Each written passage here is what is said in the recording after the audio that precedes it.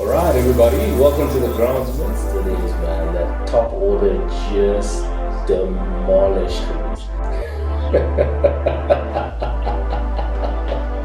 So normally, what that structure looks like is like this, and honestly, that's part of why the groundsmen are here as well, so that you don't have to wait for Coke Week in order to see who's who and what's what. All right, everybody, welcome to the Groundsman, where you find everything that has to do with school sports, what the boys are doing, how they're doing it. Lots of tournaments that have happened over the last week. I think we're gonna get straight into it, man. As usual, I've got my co-host T. T, how you doing, brother? Doing good, man. It's good to be back. A lot of activity this past weekend, so yeah, keen to hear the results. Yeah, man. Plenty, plenty, plenty, plenty. We talked about SA under 19s sort of over the last 2, 3 weeks.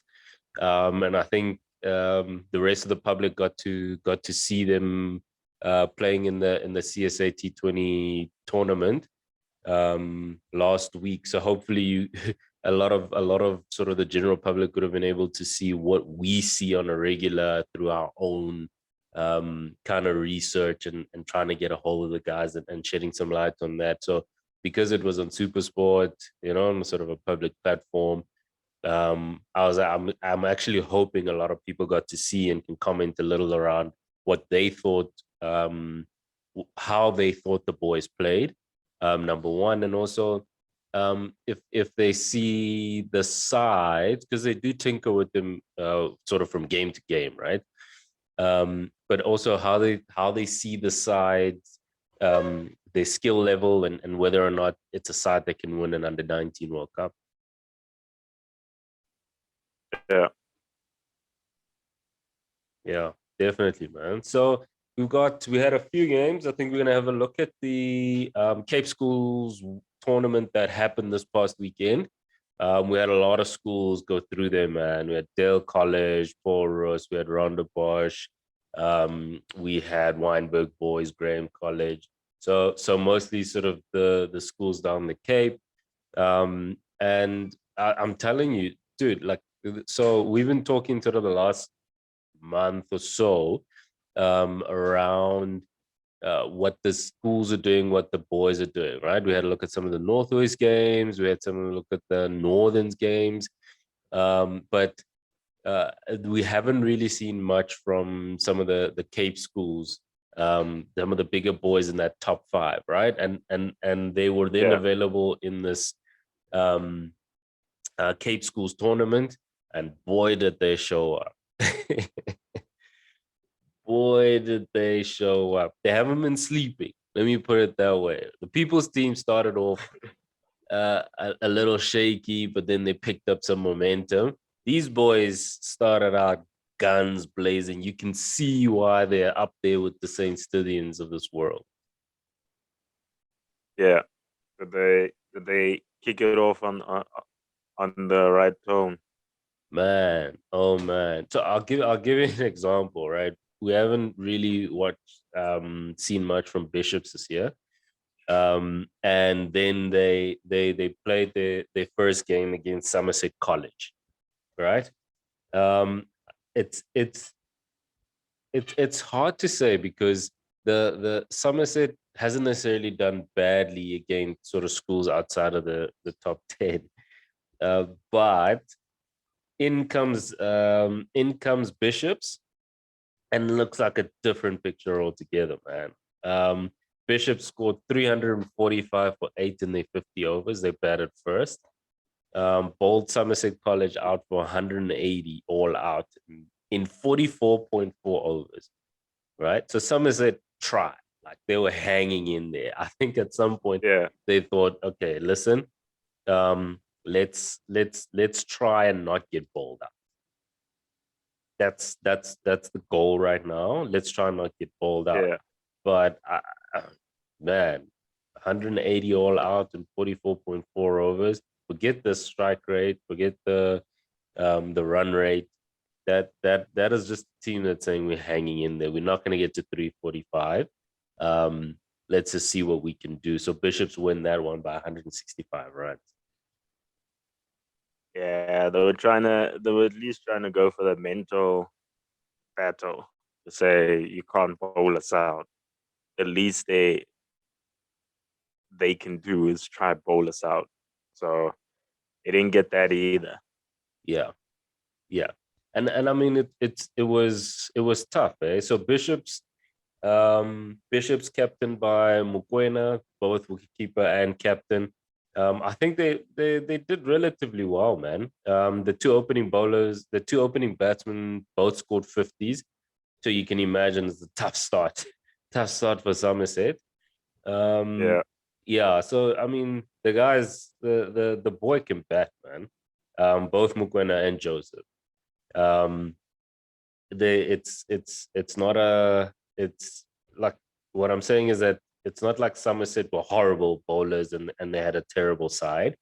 I think the two opening bowlers laid a very good platform for Bishops, and followed up sort of by Matthews and Domingo, who came in and sort of carried on that momentum.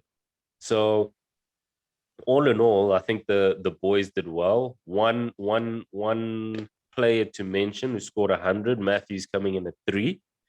Fantastic. I mean, you can see some of the shots he played coming in. And he's a big boy, he's not he's not a small boy. But he's got a good technique. I think he does well. He didn't do too badly against spin as well. So I think he's definitely one to watch, man. Yeah. It sounds like at Bishop's team has a couple of solid players where I think based on Somerset's performance, I think if they made a team that's lower down on the rankings, they probably would have done better. Is that captain opening the batting? Yeah, yeah. So the Yeah. skipper opened the batting, scored 50 odd. Yeah, he scored 54. He's also the keeper. Yeah, and he did well, dude. Matthews came in at 4, sorry, not 3. Came in at 4 and scored 107. So I That was think his there's strike rate. at a strike rate of 142. Oof. The new game, man. The new game. That's 107 and 75 balls. Yeah, I see. He took the game away from them there. They were Mm, still in it until Matthews came in. yeah, yeah, definitely. By the time Matthews came in, Domingo came in at fifth, scored 41 at a strike rate of 136. So I think him when Domingo came in, he carried on sort of what Matthews was going on about, and then sort of batted with the tail. But outside of that, I think the key player was well, first the two opening batsmen who sort of set the foundation. Um, the number 3 Holmes scored 10, which always happens, right? That's the curse of the number 3 batsman, is that if someone goes out quickly at the top, you usually rushed in, and generally that's when you score your runs. But when you get like Yeah, a 100 partnership up front, you know that it's gonna be you like that perla is just waiting for you. It's waiting for you. yeah, yeah. You're not gonna survive. Yeah, no, dude. Yeah, so it's just the game. For as long as I've played it, it just plays out that way more often than not. And then Yeah, Matthews someone in the obviously, top five is not gonna score. At least yeah, 2 out of the 5 yeah, aren't gonna come off. yeah, yeah, and that's exactly what happened again. And then Matthews came through once Holmes took the perla, then Matthews came in and scored 107. So I mean it's a decent performance from the boys. Um, I think they came out strong. It is a Cape Schools tournament. Um, it is a Cape Schools tournament, so I guess Bishops did have to show up and flex a little there. Moving on from there, Yeah, no, they had to set the tone yeah, in their own backyard. I think they pretty much, to me, it's resembling what Saint Scythians did in their first game against Potchefstroom, and you know, they clearly, guys like that are clearly built to set the tone from game one. Yeah. These top 10 teams. Yeah. Yeah. Definitely. Reminds me a little of um uh what is it? How Waterkloof started the season as well, right? So they came out hard, posted massive score, and sort of ran through the sort of the first three teams they played against. So guys like this, you can tell cricket is serious. It's not a joke. It's not something we do on the weekends just to have some fun. There's some proper legacy there, and you can see it with the tone that they set up front. But also, it's really just about preparation. If you look at the Bishops, they all had warm up games, but they did in house warm up games. So by the time they actually hit the road, they were warm. They got those big scores out the way, playing their under 15s and, getting the rust out the way. Whereas I think a lot of the smaller schools don't have the internal infrastructure to have a competitive in-house game as a warm-up. Whereas the biggest schools, even when they're playing each other in-house, that B team's damn near just as good as that A team for most of the big schools. So just playing them, it's a competitive game. They get to go out there and they really get to perform. And there's some things that can be worked out in-house. So a guy can come back in again during a game, an in-house warm-up game. Um, they can have a cap on runs. They can reintroduce guys that have gone out again.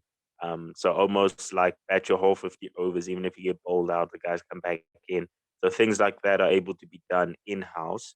But those things aren't effective if you don't have strong structures where the teams you're playing are actually good enough to give you a run for your money.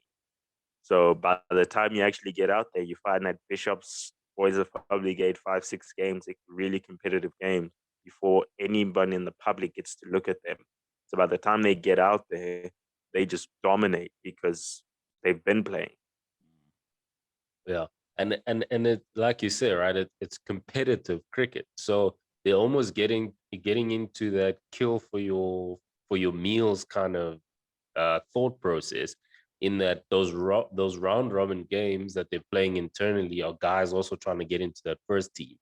So you keep what you kill, and if you don't, you're out. You in Yeah. second team, third team, fourth team. So they already in that mindset, that competitive. I need to stay in this side, so I need to score runs. I need to take wickets. Yeah, I mean, you may be a good player, and we all know that. But the reality is that if a B team player in the next 5 warm-up games at school scores 100 against the first team, someone in that batting lineup is going to get booted off Yeah. because practically thinking about it, if this guy's scoring 500s against us, why isn't he in our team? Yes. So now for him to be in the team, it means somebody's got to go down to the B side. So now we look at, okay, out of our team, this guy at the B team scored 500s against the A team, but but the guy at the A team couldn't score hundreds against the guys at the B team.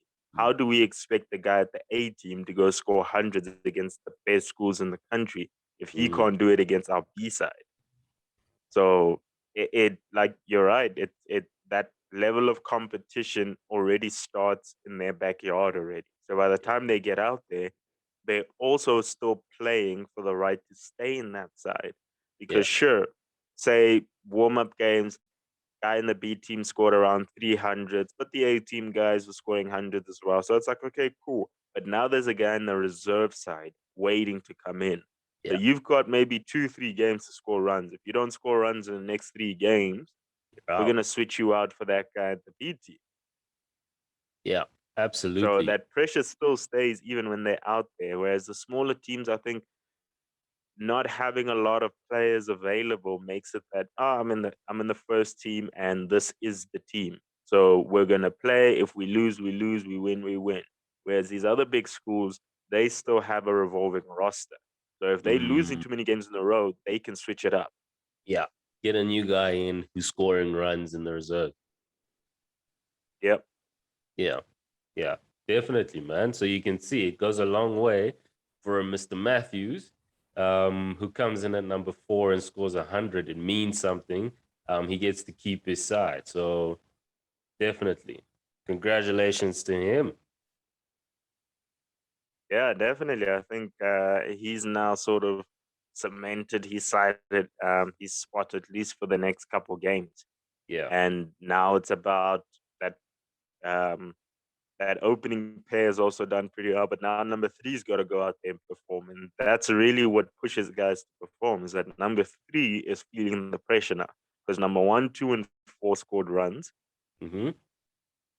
so now number 3 and 5 are like, okay, we got to pull up our socks.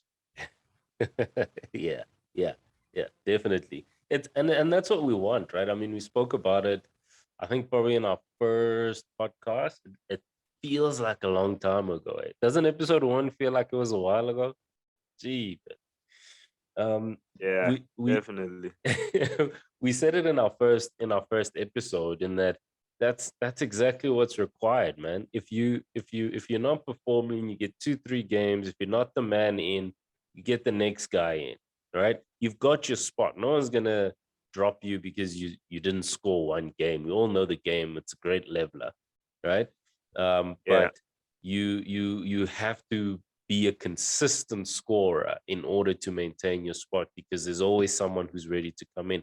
And that's sort of what we always hope the Proteas adopt, that kind of strategy with everybody, not just sort of the 3 or 4 guys who have sort of long-term contracts with Cricket South Africa, but it be a long-term game, because it seems like in these bigger schools, that's just how the culture is now, right? So it's not like they'll get there and it's a shock to their system that, I didn't score 3 games. How are you guys gonna drop me? It's more of, yeah, I didn't score 3 games. I gotta go back to my franchise, put on some runs, and then I'll get a look again.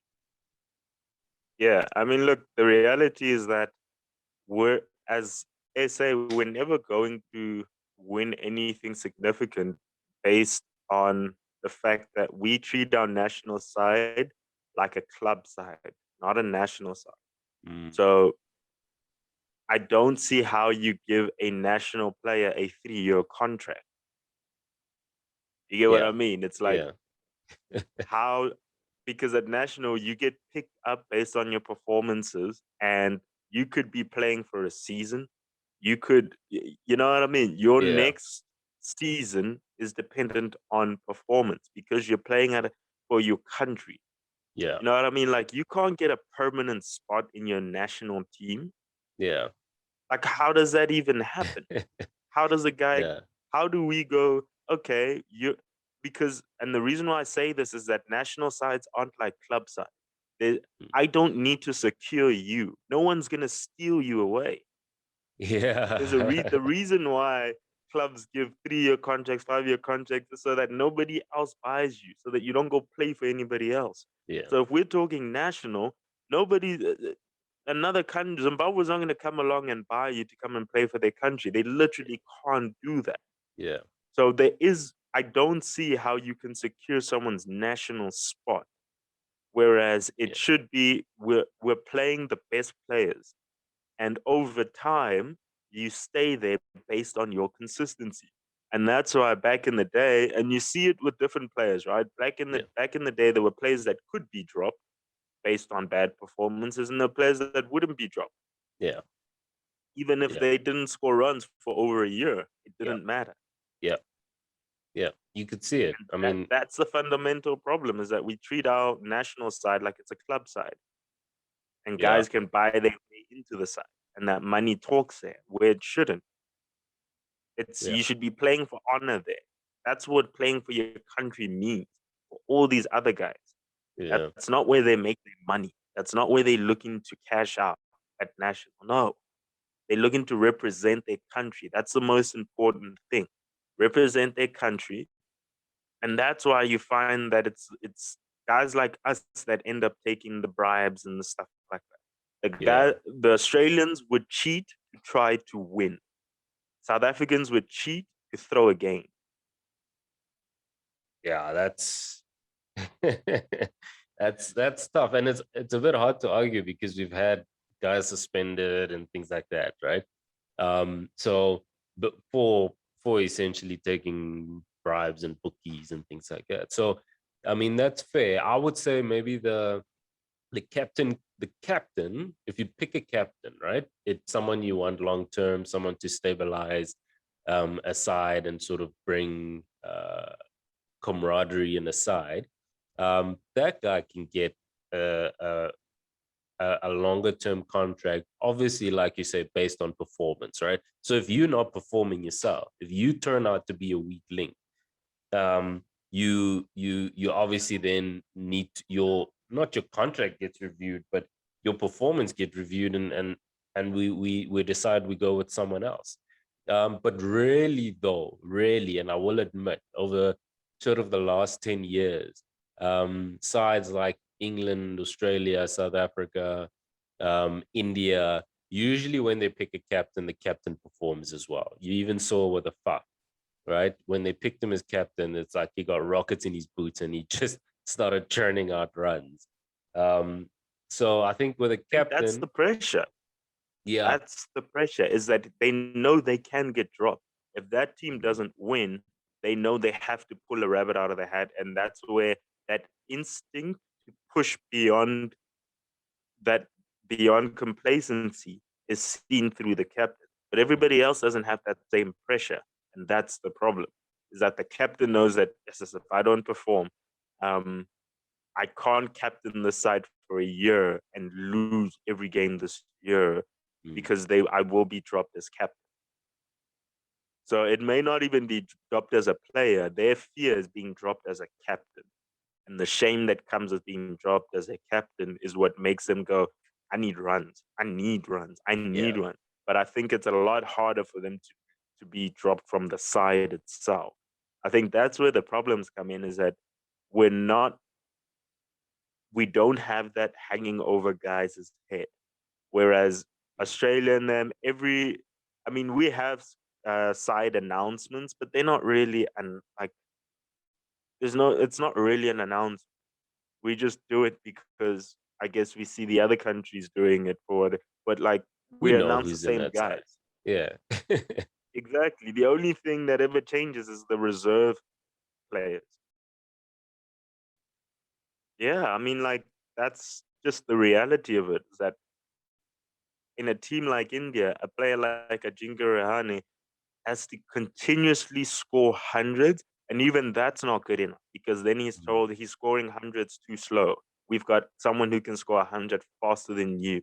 So now he had to step up his game to not only, he's already a complete player that can score hundreds consistently, but now he has to do it at a faster rate just to yeah, be able to keep, like, that is the level of scrutiny that is placed on the players, because it's not a permanent position. yeah, National side is not a permanent position. If you don't score runs, you get dropped. Then you go back to franchise, you score more runs, and that's how these guys make it back into the side. They yeah, go and they dominated franchise, and they go, okay, Ajinka's doing well again. He's literally scored 100 in every single game since he hasn't played for India. yeah, We got to bring him back in. That's what makes him. Then when he gets there, he knows that, okay, I can still get dropped. 100's not good enough. Do you think yeah. Jingle would ever be dropped in SA? Never, never. He would have retired with, geez, dude, with games galore. He would have never been dropped. I mean, if you're not dropping JP, you're not dropping Timber, you're not, like, Ajinka's levels in terms of consistency above them. Yeah, yeah, yeah. No doubt So about it. yeah, dude, for me, a complaint is usually enough. You look at the other countries, a complaint is enough to get a guy's position questioned. Mm, Whereas in SA, nobody listens to what the public has to say. It falls on deaf ears. It's, we like JP, or we like this guy, or it's, yeah, as long as the bodies that we like the guy, it's not about performance. It's literally if they like him as a person, they're not going to drop him. Yeah. We Yeah. saw that with JP. There's a lot of guys we can give examples, but for me, JP is the biggest example to say if they like you, they'll push you, they'll get you, they'll have you commentating during games because they've seen how useless you are in the game. That you're okay. You can go sit with the commentators and literally comment during the game you are playing. Uh, I saw that. I saw that. I was like, okay, cool. I guess he can do that. Right? And all Usually because, it's like okay, we cool, said, we'll mic you up on the field. Okay, yeah. great. But to go and sit in the studio during your game, it means we've already acknowledged, we know you're not going to contribute. So it's cool. Go do something else. At least go improve the profile of the team. If you're not going to score runs, go improve the Yeah. profile of the team, buddy. Go make yourself useful. And it's funny though, and it's what we said, I think it was in episode 2, was it's that whole thing about one good performance or two good performances that earn you a career, right? So I mean that Yeah. Australia tour where he scored 100 and essentially rescued the series, and we ended up You winning that series. beauty, you Yes, superstar. We all that know one. that one part, that one That one. game. That one. Allowed JP to JP retire as a Germany, protein. you beauty, you superstar. That was it. Yeah, yeah, yeah. That's rough, Yeah, I'm man. with you. Quick one, right? While we're talking about that, price tags. Let's talk price tags. We were talking yesterday with a couple of mates of mine at the game, and we were talking about Paul. What's his name? Chris Morris, right? Got a massive price tag at the IPL, um, like huge price tag, right? With that comes publicity. With that comes, and I mean, this is India, right? So you're like in every newspaper. You don't score runs, you're in a newspaper. You don't take wickets, Yeah, you're in a newspaper. You drop a catch, you miss field, you're in a newspaper, right? Because you have a price tag attached to you. yeah. Has had an absolutely shocking T20, right? Shocking, like it's yeah. No, I think he got dropped or something. Imagine that's like PSG buying Messi for a bundle, and then he performs so poorly they just bench him, and then eventually they just leave him in reserves, not even on the bench, kind of thing, right? It's That's like I would rather lose that money than have you play. yes. And I can't argue with the coach because it's management. Management goes, yeah, I paid a lot of money for the guy. Find a place, do something, Yeah, right? Now this isn't about Chris Morris. This isn't about Chris Morris. This is about what price tags do to a player's performance. I suspect um, a guy like Morris, I don't know if he's had really a lot of pressure on him, right? Maybe average South African pressure is there, but like we've spoken, if someone likes you, you're good to go. The question I think I was asking was, um, can if we attach the price tag to some of our players, right? In our franchise league, um, maybe not national. I mean, that's a conversation that can be had, but to attach a price tag to these players so that every time they play, everybody knows how much this guy costs, right? Would it force the franchise managers, the coaches, and the players themselves to lift up their performance and raise their game? And I say that because you look at a Ronaldo, a Messi, an Mbappe, a Zlatan, right? A LeBron James, a Kobe Bryant. Um, you know how much they get bought for, right? yeah. Generally, the price tag comes out. You're like, yo, this guy's got to perform. But because they've been in that realm of people knowing their price tags for so long, they automatically raise their game to a level in which it would justify that price tag, right? So the Chris Morris conversation for me brought up an interesting one in that maybe there's just not enough pressure on our guys. Maybe there's just not enough pressure, not just internally from the team, but from a public expectation perspective, that they need to do well because of the price tag that sits on it. I don't know. It's just something I was thinking about. I don't know what your thoughts are. Look, I think there's a two-way street, right? Yeah. On the one hand, price tags set the tone for your value within the team, right? Yeah. But I think something else that we're sort of forgetting is that for every LeBron that received $100 million contract, there are 5 other guys that receive $50 million contracts that aren't nearly as scrutinized. And that's still a lot of money, though.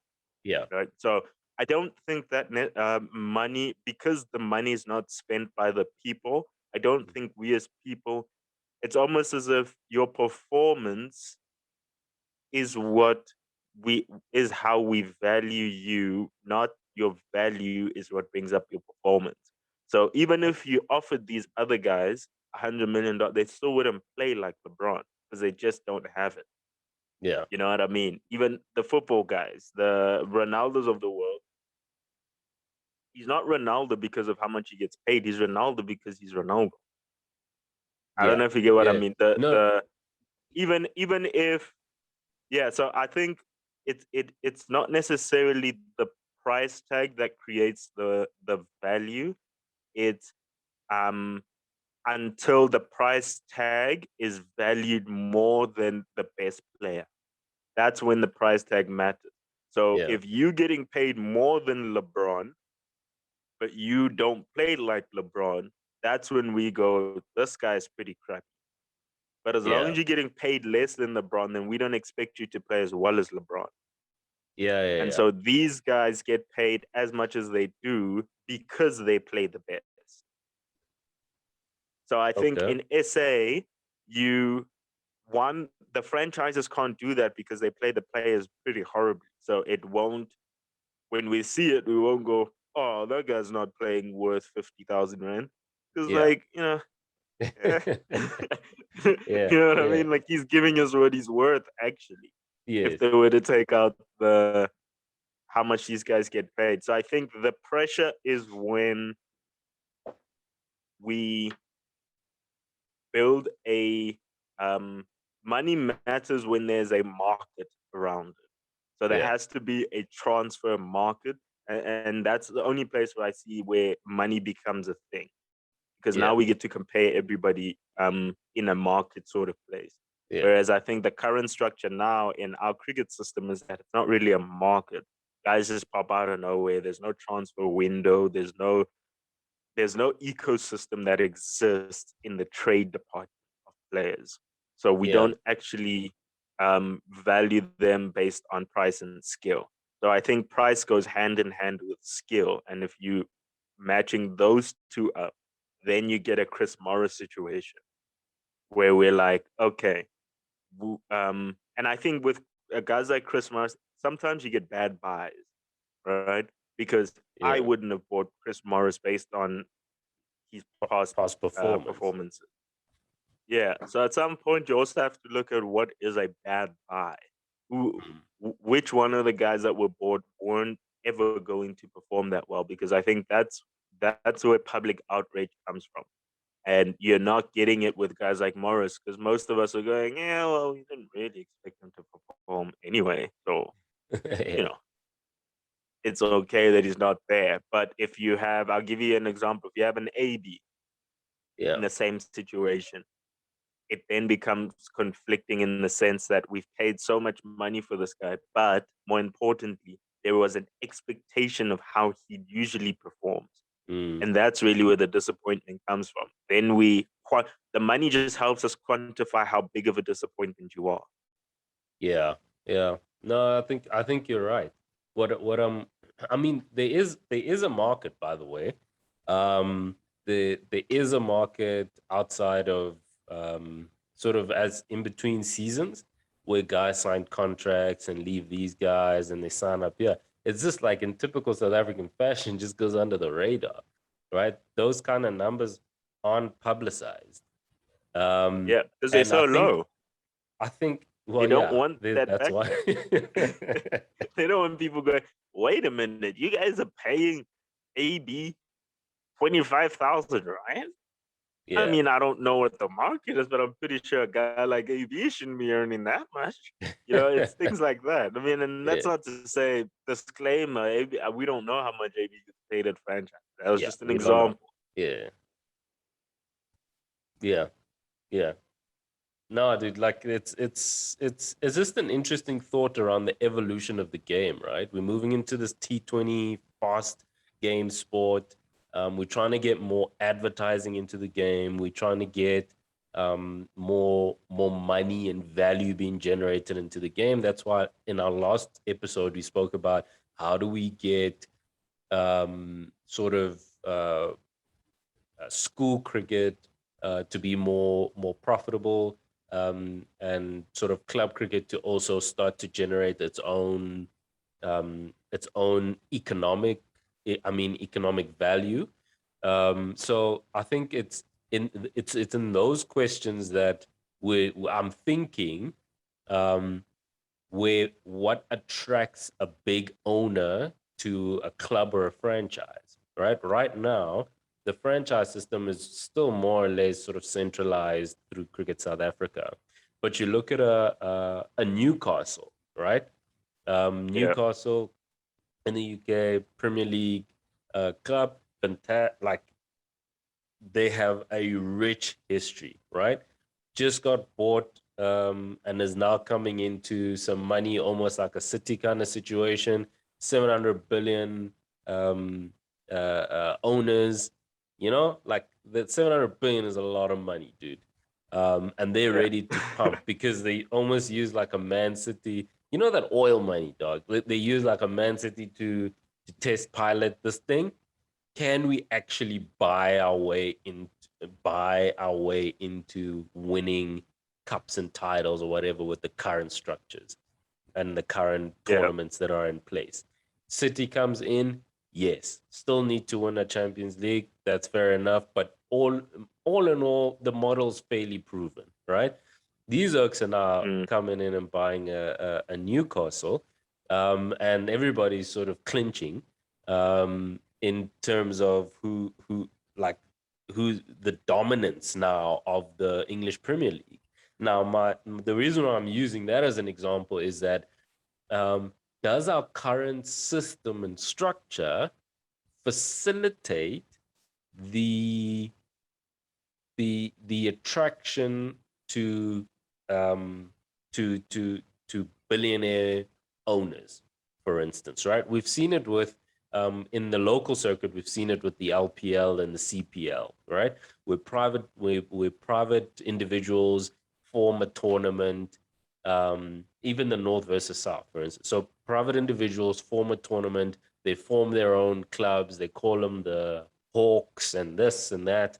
They then go to different clubs, get some of the best players in those clubs at club level, some school kids as well, put them in there, let them play for a prize, for some prize money, decent prize money, and there that goes. Right. So we can already see our local circuit starting to form and swing towards private wealthy individuals forming like an underground circuit kind of thing in the off season, right? What I'm trying to figure out is, can the current centralized CSA system, club system, franchise system, survive the private capital that's looking to capitalize on this T20 format, which in turn will have revenue and development funding flowing down in order to generate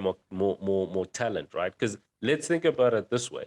private money is always looking for where value is. It doesn't really matter where it comes from, right? So Yeah. it may have been not really priority number one for Cricket South Africa to have a school in so say a school in Tembisa compete in the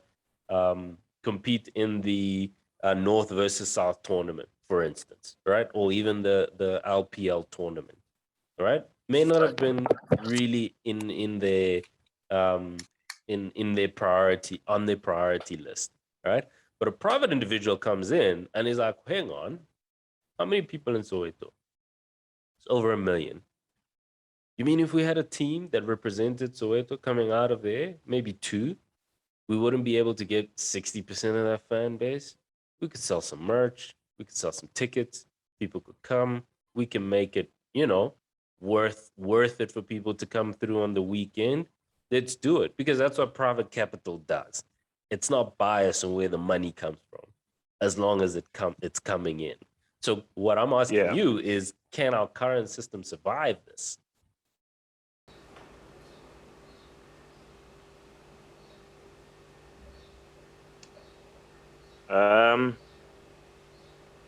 I don't think the current system can survive the way it is right now. I don't. The way it is right now, it's slowly crumbling because it doesn't have that additional support. So I think that the system as it stands isn't working. The system as it stands was built off of the previous government systems. So it hasn't been looked at as a business. It just went from, okay, we're going to move from the Northern Transvaal and then we're going to just incorporate more people. But the systems of how guys are picked, the systems of how guys are developed, all that stuff hasn't really changed. So at the moment, what private money is going to do is that private money is going to work to figure out where is the economy in cricket. Because at the moment, it's barely surviving. And we mentioned last week why some of those reasons are is that there is no national support. So what's going to happen is that the private guy is going to come in and they're going to try to figure out how do we get more support coming into cricket. And you see it already with this Mzansi T20 and a whole bunch of T20s that they've tried in the past to make it more South African. Calling it Mzansi T20 doesn't change anything. Like just giving it a nice name isn't good enough to get everybody. Oh no, it's a Mzansi T20. Okay, black people, let's all go watch because it's called the Mzansi T20. Yeah, But it's it's still typical played by cricket South Africa, right? Exactly. Put another label on it and send it back out there, and let's hope that they don't realize that it's still the same product. Yeah. So, I mean, there really is no difference between those tournaments and the traditional franchise tournament. It's the same guys. Yeah. So, yeah, for me, it's the system is required to change in order to become sustainable. This is the version one. Right? If you think about since apartheid ended, we haven't updated the system. We're still operating on version one of how our cricket system should be. So Yeah. just based on that alone, are we really saying that the first idea is our best idea? Version one is the best version of how the cricket system can run. Yeah. So no, it has to be upgraded. It has to be updated. And private money will kill certain parts of the game, like your Test cricket.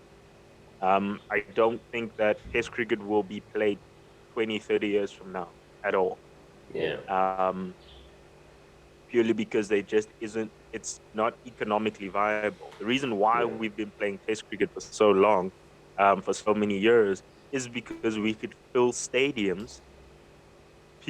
We came from a space where, one, there was no technology. Yeah. So you find that we lived in a time where you could go to a cricket game and sit from 8 o'clock till 5 o'clock and do nothing else because there is nothing else. Your phone doesn't give you any other form of entertainment. Yeah. So I think that technology has been the death of Test cricket because it's killed the people's attention spans, Yeah. and that's what Test cricket thrives on. You long concentration hours, being able to watch something for a sustained period of time.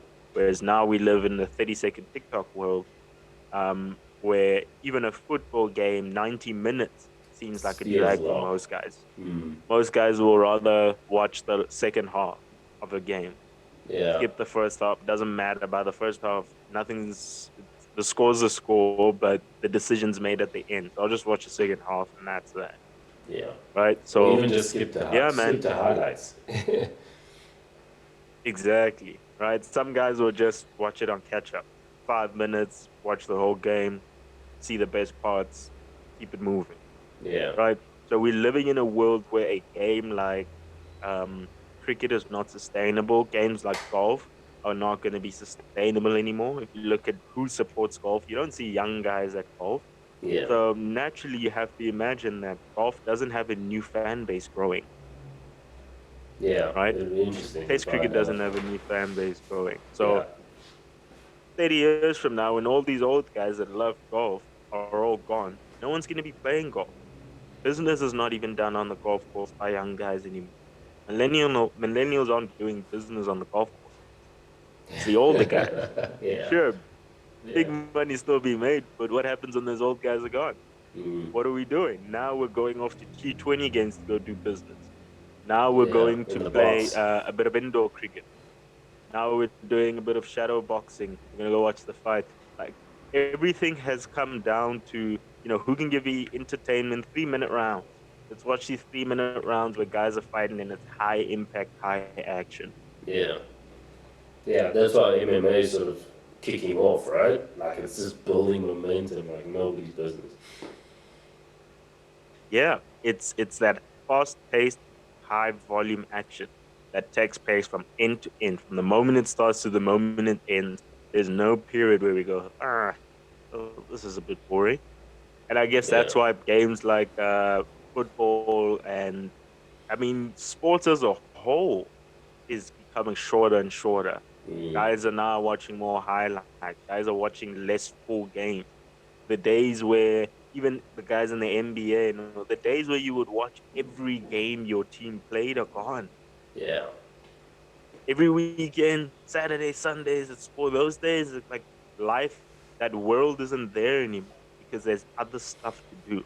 Yeah. We we we almost, in a way, got so comfortable with sports that we didn't realize that we stopped trying to figure out why are we watching sports. And so Mm. as time has gone on, we forgot that sports was just entertainment. Entertainment. There are Yeah. no there are more entertaining things available now, and so we watch this sports. It was never about anything else than entertainment. Everybody, for the love of the game. Oh, it's so technical, we watched it for technique. No, we watched cricket all day because you could literally sit in front of the couch and have something to entertain you from 8 o'clock all the way until 6 o'clock. That's Yeah. amazing That's in a world fantastic. where you don't have Live. your phone. Watching it live. That is like, Exactly. yeah. You can sit out all day in the sun, hang out with your buddies. But now it's like, yeah, bro, you can do that until like 1, but then there's like, we can go do some other stuff. There's a Yeah. whole bunch of other stuff There's that we can VR do. now, dude. You can play VR games. You can watch other games in VR. There's like tech is just you're right. It has completely changed the landscape on how we perceive entertainment. Yeah. And yeah, Back in the day, you didn't even have access to football games, NBA games, any yeah, of that stuff. yeah, Right. So you're really talking about we used to watch sports on, we forget there's a great interview that Robert Morao does, um, that I watched. I forgot on what platform he did it on, but it was a recent interview on a podcast episode that he did. yeah. And he was just talking about sports back then when he was doing Ladu Yes. on Wasn't it SABC. I don't know if not anyone remembers. not podcast and chill with Yes. McG, no? Yeah, so it was on podcast and chill with McG. Yeah, on So YouTube. on there, I don't know if you saw the whole episode, but I didn't have he, time. I didn't have time. I yeah, it's watched. really good for sports guys to get a good understanding of what the political sports landscape is Yeah, and right now. and and and Rob is not the mainstream, so I'm sure he drops some gems. I actually Oh watch yeah, it. definitely. There's definitely some good gems in there. But yeah, he was talking about his Laduma days, and something that he said really struck me, that you got to remember that back then there was no super sport. So because they were talking about the 98 World Cup and him covering it, and that Yeah, everybody got their sport from SABC. Yeah, so everybody was essentially, we were all just watching SABC. It was usually football on SABC 1, and then cricket on SABC 3, and then I think it was rugby on SABC 2, right? mm, That's where we were all getting our sports. And that programming was mixed in with normal daytime programming, right? So whenever you saw sports, it was like, oh, I get to watch some sports, right? yeah, It yeah, was just the same as finding a cool TV show to watch at that time. It was like, yeah. oh snap! Oh, they've got a Champions League game on. This is incredible.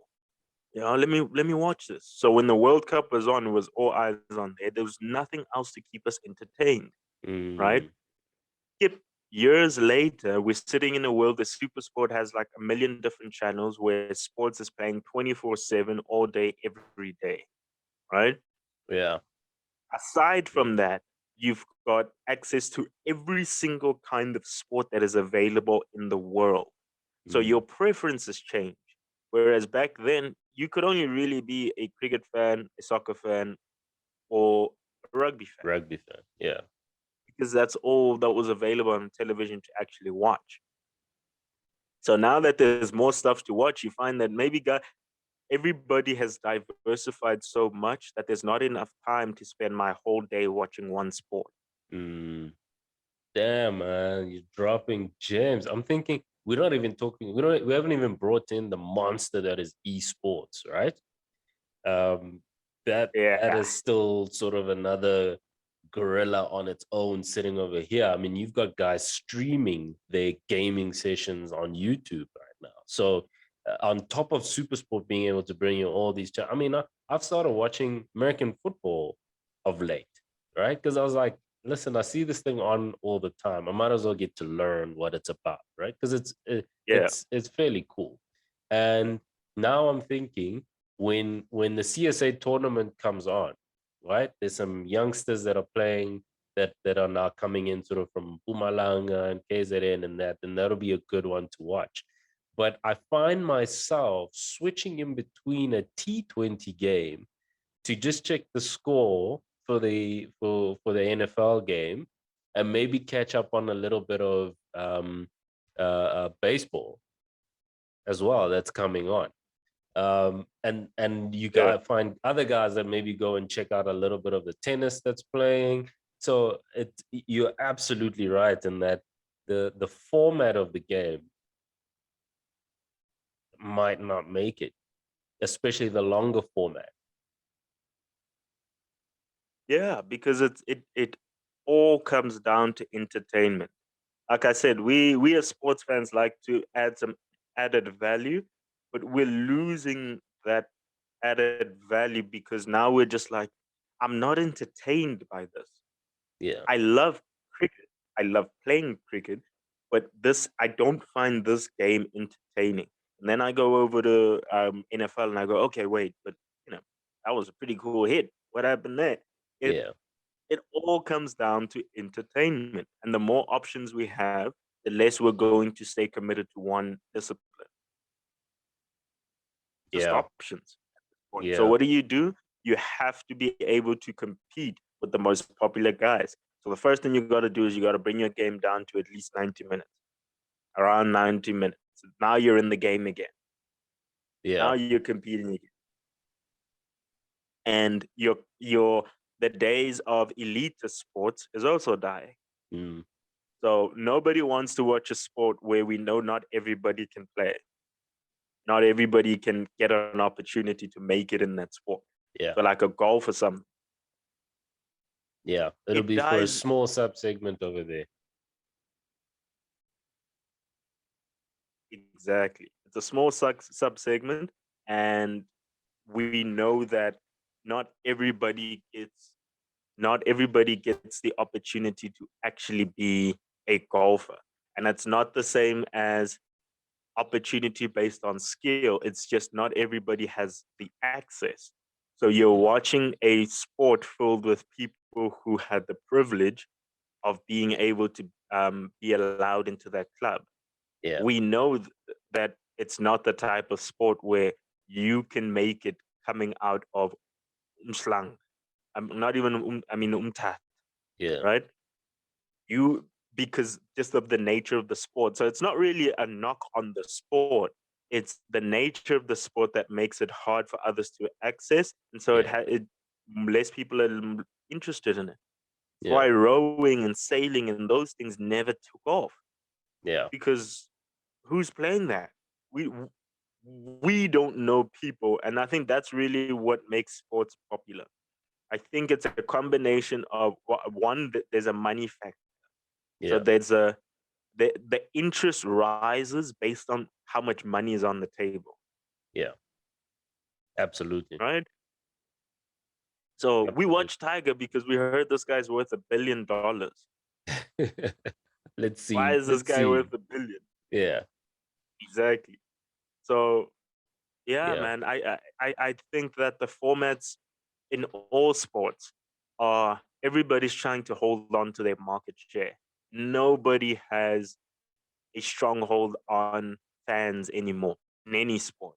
And I think UFC right now is starting to kill guys because UFC is doing what most sports can't, right? And that is they giving you finals all day. That's the Yeah. difference, right? We all love to watch finals. We all Yeah. love to watch when all the stakes are on the table. In most sports, you got to wait a whole season to get to the final. Mm. Whereas what UFC has done is that they putting on every pay-per-view is a championship fight, and it's the Yeah. best fighting the best. And so it's literally like watching the Super Bowl every pay-per-view that they have, every second, every week, every once, at least once a month. They've got a Yeah. You massive gotta fight. pay-per-view where you're seeing welterweight champion, the heavyweight champion. They've created the machine that creates finals, and that's Yeah. what people are attracted to. Every game is a pay-per-view. Whereas every other sport, I gotta watch the entire NFL season just to see who wins the Super Bowl. Mm. Mm. And before it used to be a build-up, right? Again, one, it gave people something to do. If you look at a lot of guys that get interviewed, they'll say it it it was a shining light during a dark time in my life, right? For instance, you'll hear soccer fans that are so passionate about their clubs or passionate about a United or an Arsenal or Liverpool or whatever, and they'd say, man, I remember I was unemployed, but Liverpool, I'd go down to the pub or wherever, and Liverpool would win on the weekend and it would get me through the week, you know? And it's that stuff that guys attach to sport over time. The thing about it now is that with so much content, guys are finding that in other places, right? They're finding it in a docu-series about a Tyson Fury, for instance, right? Guy comes out of the dirt, right where he's from, builds up a Yeah, reputation, gets into trouble, gets into drugs, fights his way out. Now he's killing every bad boxer in the game, kind of thing, right? So there's that keeps you, that now gives guys an opportunity to find that inspiration somewhere else. And again, like, it's not an easy thing to captivate an audience. And people often forget is that um, the, yeah, the the power of an English Premier League is fundamental. Sort of cult following sits, for instance, for Manchester United, sits in Manchester, right? It's their mm, club. They love it. They grew up on it. Their father spoke about it. Their uncle spoke about it. That's what it is. Red versus blue. Liverpool, the core fun. If everybody stopped supporting Liverpool Football Club around the world, they would still have a fan base in Liverpool, right?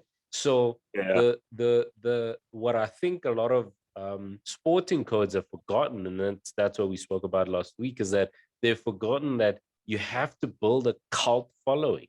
And the only way you can do that is starting with players that come from those regions. Once you have a core base of players, of people who come from those regions, who people can see themselves in the sport, you then have a cult following that allows you to grow that sport beyond that region, beyond that country, and sort of beyond that continent. Yeah, and that's what I was thinking, right? Is that the core competitive edge that some of these sporting codes have that I think some don't is the ability to draw on your heartstrings, right? And they've been able to create a legacy following. So Yeah. I may not watch like full football games for other clubs, but I make sure that when United's playing, I'm catching all the important games, right? My kids see Yeah. me do it. I tell them this is a United house, whatever it is we do, right? And that they have the competitive edge and the opportunity to do. But what I think cricket hasn't done is, if you haven't, for instance, played cricket, right? You don't, and you're from the Northwest, you don't necessarily have an attachment to the Dragons, right? You Mm. generally you don't. They're playing, you're like, oh, okay, who are these guys? Oh, they're from the Northwest. Oh, they called the Dragons, right? Well, I watch the Dragons games because I have an attachment to them, right? Play at the Mm. stadiums, all of that. Um, uh, but in order to garner that kind of fever pitch loyalty, like you say, the format's going to need to change, and more people around the country are going to need to see themselves in the sport. Yeah. Look, I think it's two things, right? It's one, it's what you're saying. I mean, if you, it's one thing that the UFC is getting right, right? Is the UFC has realized that for every champion that they have, who's from a country outside of America, they build a whole new fan base, right? All you Mm, need is an Irish champion, and all of a sudden, the entire island watches the UFC, yeah, right? You just need McGregor, and you've got Ireland, right? yeah, All you need is an Israel Adesanya yeah, coming out of New Zealand for New Zealanders to start watching um, the game, yeah, right? Or for Nigerians to start watching the game because they've got a Nigerian champion, yeah, right? And so it follows that logic to say, right now, you look at a Khabib, right? For Khabib to be the undisputed, undefeated champion, retiring, all that, that gave the UFC strong presence in the UAE because of mm, Khabib's Muslim background. yeah, He became the first Muslim UFC champion. He literally now has every Muslim who's interested in fighting watching the UFC. It's yeah, why they're able to set up stuff like Fight Island and Abu Dhabi and everything they've done. Not forgetting that he's actually Russian as well. And so now, yeah, being the first Russian guy, he's now built an entire new following where Russians are now watching the UFC because it's possible for them to make it into the UFC. mm, yeah, yeah. They're not That's just huge. watching it because Khabib is there, but it's like every Russian fighter now watches the UFC more because now it's possible for me to make it there. Mm, I follow it now. I yeah, follow the players because one day I can actually go and fight those guys. yeah, So that's the one side, right? And then the other side of it is that, um, which I think has played a much bigger role, is that technology has taken the gleam away from the fans' eyes. So I'll say it right now: the future in football, I think Ronaldo and Messi are the last big superstars in football. And everybody, all the superstars you are seeing now in sports are going to be the last quote unquote football or sports superstars, because we're living in a world where you're no longer a mystery. It's so much harder to be a superstar because it's not based on your skills. Yeah. If this was back then, there's a lot of guys right now in football that are probably better than Messi and Ronaldo. But because we live in a new digital age where everything's so sped up, there's no mystery behind these guys. And so there's no real need to go create. Like, the reason why the world became enamored with Ronaldo and Messi and the Ronaldinhos is that you only ever really saw them on the football field. Yeah. You didn't get to follow them daily and have them tweet all day and share their thoughts and share their life. And so they were a mystery. It's what made WWE so effective back then, is that you believe that is who that guy is. Yeah. There was no behind the curtain. And I think Yeah. that social media and technology has created a behind the curtain, which makes these guys seem less godlike. Yeah. Yeah. That changes everything. That changes how we support them. That's why you don't get someone with Michael Jackson's level of stardom anymore, because there is a cap on how much people will go crazy for you because they see enough of you. So when Yeah. they see you, it's less, they go less crazy. But Michael Jackson was like, you only ever see this guy when you go to a concert or if you're lucky, and then there's hordes of fans because nobody knows who this guy really is. Yeah. But in this day and age, stardom isn't all that. The stars are the people we know more about, not the guys we don't know. Yeah. Yeah. So that's why um, Scorsese and De Niro are less valuable today than Kevin Hart and Dwayne Johnson. Yeah. Perfect example. Perfect example. That's true. I was actually watching an interview with Denzel Washington, and he was talking about exactly what you're talking about now, which is the fact that back then you would pick a movie here and then wait like 3 years, make another movie there, and people didn't get to see you, right? They didn't. You didn't do too many premieres. You weren't really out in the public eye like that. So what happened was that when a movie of yours came out, guys just turned up and scored, right? Um, and then Yeah. and then, like you say, technology started to change the wavelength of how that generation begins to perceive you, whereas it's an out of sight, out of mind kind of thing, right? So that's why you Yeah. see a Will Smith on TikTok, on Insta, doing, they're everywhere. Kevin Hart, Dwayne Johnson, The Rock, out here doing all sorts of things, because now that allure of being mysterious is now a turnoff. Hmm. I want to know you before I support you. That's the world we live in now. I need to Yes. know you. I need to know what you stand for, your guiding principles, so that when I say I'm a rock fan, I Yeah. can stand behind it. When someone says, "Yeah," but you say, "Nah, he works hard. This is you." You almost have to, in this day and age, I need to be able to justify to the next guy why I support you. And for me to do that, I need to know enough about you. But Yeah. if I don't know enough about you, then everything's rumors, right? Yeah, but Yeah. I heard this guy did this, right? You don't have a presence, so I can't defend you, Yeah. or I can't justify, and I look like somebody who doesn't have substance. You support somebody you don't even know. Yeah. Those like, you know what I mean? It sounds crazy now when you say that to somebody, but back then, that's how it worked. You don't Yeah. even know that guy. It's like, yeah, but I love Michael Jackson so much. I love his music. Now it's like, cool, I like your music, bro, but he's actually a pretty good guy. He's got a foundation. He helps out. You Yeah. gotta give us more. You gotta give us a reason to support you. You gotta give us a reason to fight for you in terms of getting more opportunities. The Yeah. reality is that it doesn't matter. Like, the fact that a Dwayne Johnson on his own is more valuable than Universal Studios push power. Yeah. A Yeah. tweet from Dwayne Johnson is more valuable than an entire marketing campaign done by Universal Studios. Yeah. Yeah. I mean, the guy launched a tequila brand and took it global single-handedly, bro.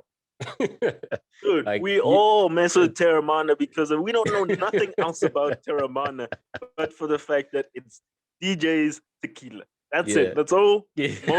most of us needed to know is that it's Dwayne The Rock Johnson and it's his tequila. And if Yeah. we buy it, Dwayne makes money. We're Yeah. okay with that. Yeah. Yeah. Yeah. I mean, it's the, what do you call it? It's the R. Kelly effect, right? We've seen so many scandals with people that we support, that people are just like, listen, man, if I'm gonna support you like that, like crazed fan kind of support, loyalty, I need to know a little bit more about you, man. There's some guys we've been chanting their names and they've made us look like fools because of the things they're doing in the dark. So in times like this, you look at a Ronaldinho as well, for instance, right? Um, it's tough seeing him that way, but his sheer talent was just so captivating that we don't really care what he did in his personal time, right? Um, and now as we're learning a little bit more about the struggles he's had, the drinking, psychological, all that stuff is like you say, what makes us begin to see sportsmen as human beings. Back in Yeah, the like he day, wasn't just a happy-go-lucky guy. It turns out he was just a drunk. yeah. You know what I mean? Just that information went from, oh, Ronaldinho looks like such a happy, he's full of life. Mr. Meanwhile, Smiles. he was just drunk. Yeah, yeah. Smiling assassin, right? You look at a Maradona. It's ridiculous, man. Like Yeah. it opens you up, and I guess now, I mean, we talk school cricket, right? Excuse me. We talk school cricket, and it's something we have to talk about because now these kids almost need to get a glimpse into what that world looks like, because not all of this is just like um a character thing. It's also an environmental thing, right? So um, it's not just important that we know about the stuff because these guys are superstars. They're around the world. People follow them because they make so much money, right? And they garner so much support. Our cricketing space is almost like if you're not in that world, if you don't play it, it's almost like a black hole where the people that get to see behind the curtain are on. We're getting to learn now about what Mackay and the guys used to go through, how they party, how guys in some of these national sides or even these provincial sides, how they go about their business.